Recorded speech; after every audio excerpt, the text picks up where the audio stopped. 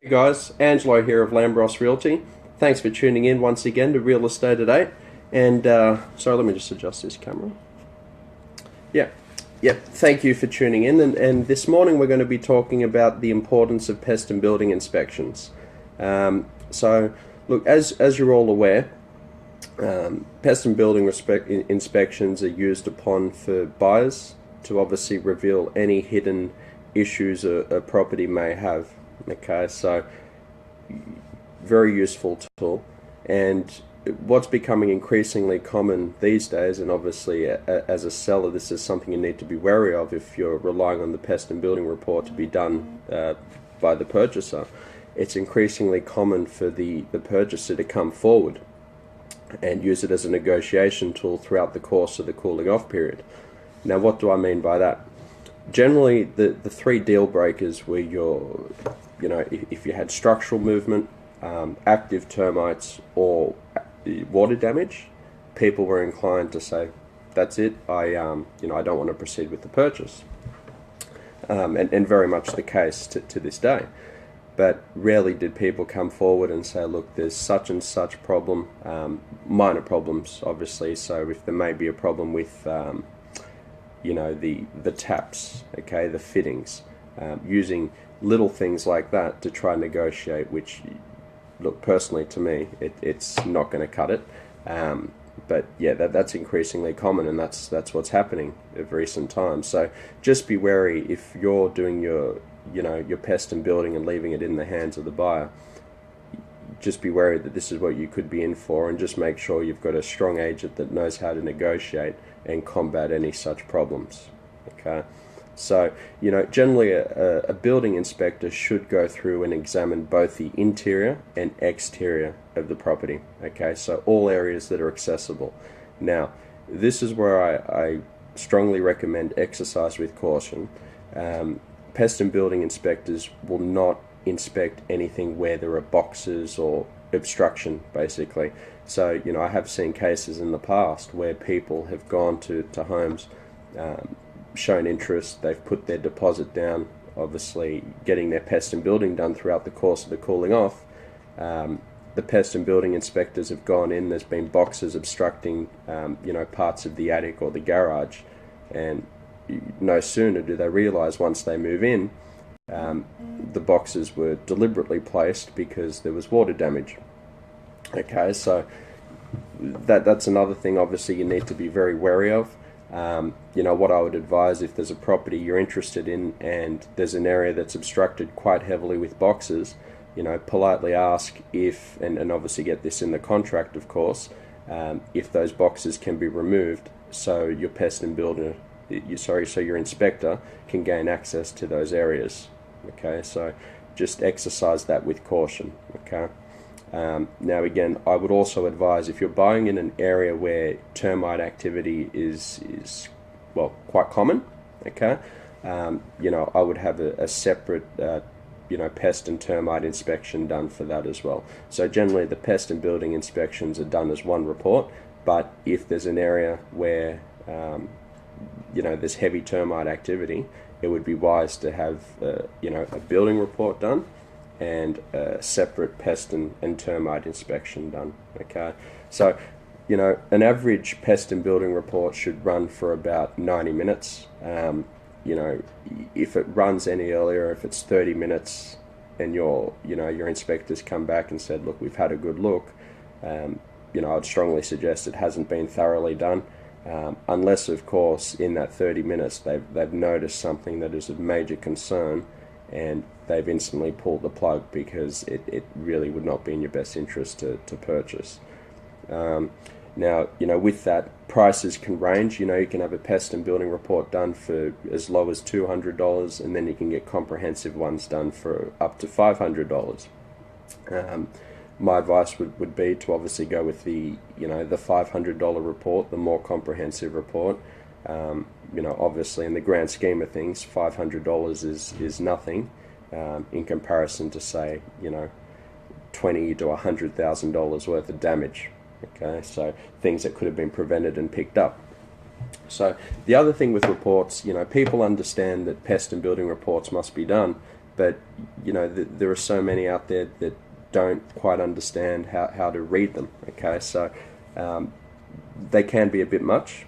But what you can do is, when you're sort of shopping around for your pest and building inspector, ask for sample reports and ask them to explain them to you as well.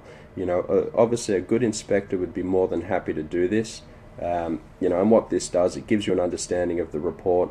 It sort of preempts you on how to read it, what to expect, whether you should go ahead or not, and obviously consult with them. So, generally turnaround time for a pest and building report is, about 24 hours, because they understand that it has to be done ASAP, as you're in a, you need to buy, right? And they understand that cooling off periods are, 5 to 10 days max, so they've really got to get things moving. So, yeah, I'd highly advise requesting those sample reports, so you understand the content. So, I guess the verdict, and when do you abort a pest and building report? When do you not proceed with the purchase of the property? Now, obviously, this is subject to the individual, but generally speaking, and as I touched base on before, it'll generally be structural movement. That is something that will turn most people off and can become quite costly. So, I would advise probably a good time to abort in that scenario. Water damage, okay, because obviously if there's evidence of water damage, how extensive is the damage? I mean, unfortunately, there's areas to a home you can't access, so what has it done to the timber flooring? You don't know. So again, I would exercise with caution, but it's quite common for buyers to pull out in such a scenario. And active termites. The moment people hear termites, they run for cover. Another thing I want to touch base on there as well is, you will find in most pest and building reports there is mention of, no termite activity spotted, but there is a possibility there could be some. Now, obviously, the pest and building inspectors naturally have to cover their tracks. But look, generally, if you're being hit with a comment like that, it's pretty much safe to say that there are no issues. But obviously talk to your inspector about it. How confident are you that there are no termites? I generally, it comes across in the sense, say there's garden beds and, you've got your sort of weep holes and the garden beds obstructing the weep holes, which can obviously allow for termite activity. So whilst the inspector may not have spotted any active termites or any previous termite damage, they could be led to believe that this may cause termite damage in the future. So again, if that's an issue, ask them to explain it, and how can you prevent something like that from happening. So I guess from a seller's perspective, I would highly advise doing your pest and building report prior to listing your property for sale. Okay. The reason I say this is, if you say you sell via private treaty, and it's subject to cooling off, okay, you've got a pest and building report ready to go, which obviously you can provide the interested parties inspecting your property. And if people want to do their own report, so be it. But what it also does is it gives you the opportunity to to get the 10% deposit down and go unconditional as well, and obviously avoid the cooling off period, right?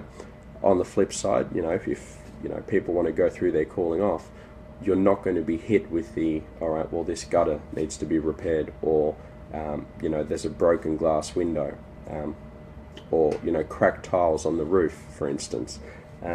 These are all things that when your agent's negotiating can say, look, that's why we had the pest and building report done. We've obviously factored that into the price.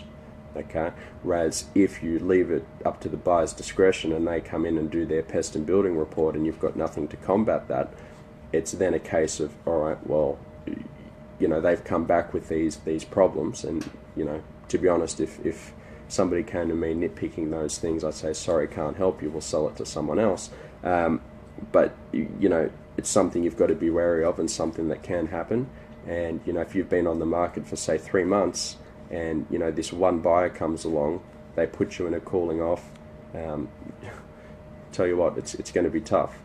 So that's why I'd strongly advise, as a seller, get it done up front. You're going to prevent those renegotiations happening throughout the course of a cooling off and a buyer trying to get you down in price, because obviously what you can also address problems before you go to market, and it's just the more sensible, safe option to do. So I think that $500 investment is it's worth it, because you don't want to find yourself later on down the track you've listed for sale, and that $500 investment that you could have made is avoided because you think there's nothing wrong with your property.